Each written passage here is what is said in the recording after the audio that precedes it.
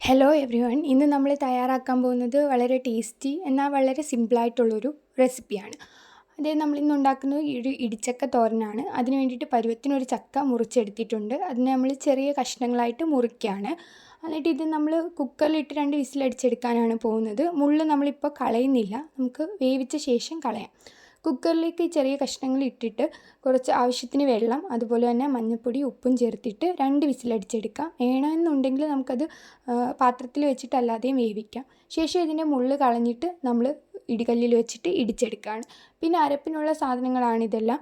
നമ്മൾ സാധാ തോരൻ അരപ്പിനെടുക്കുന്ന കണക്ക് തേങ്ങ, അതുപോലെ തന്നെ പച്ചമുളക്, ഉള്ളി, വെളുത്തുള്ളി, ജീരകം, കുരുമുളക്, കറിവേപ്പില, അങ്ങനെ ഇത്രയും സാധനങ്ങൾ ചേർത്ത് നമ്മൾ തോരൻ അരയ്ക്കുന്ന പോലെ ഒന്ന് ചെറുതായിട്ടൊന്ന് ചതച്ചെടുക്കുകയാണ് ചെയ്യുന്നത്. അപ്പോൾ നമുക്കിത് ചതച്ചെടുത്ത ശേഷം ഒരു ചട്ടി വെച്ചിട്ട് നമുക്ക് കടുക് വറുക്കാം. കടുക് വറുത്ത ശേഷം നമുക്ക് ആദ്യമേ നമ്മൾ ചെയ്യാൻ പോകുന്നത് ഈ അരപ്പിൻ്റെ വെള്ളം ഒന്ന് വറ്റിച്ചെടുക്കുകയാണ്. അപ്പോൾ അരപ്പ് നമുക്കിതിലേക്ക് ചേർക്കാം. അരപ്പിൻ്റെ വെള്ളം ഒന്ന് വറ്റി കഴിയുമ്പോൾ നമ്മൾ പരുവത്തിന് ഇടിച്ച് വെച്ചിരിക്കുന്ന ഇടിച്ചക്ക കൂടി ഇതിനകത്ത് ചേർക്കാം. അങ്ങനെ ഇതിൻ്റെ വെള്ളം തോർത്തിയെടുത്തു കഴിഞ്ഞാൽ നല്ല രുചികരമായിട്ട് അതേപോലെ വളരെ സിമ്പിളായിട്ടുള്ള ഈ റെസിപ്പി തയ്യാറാകും.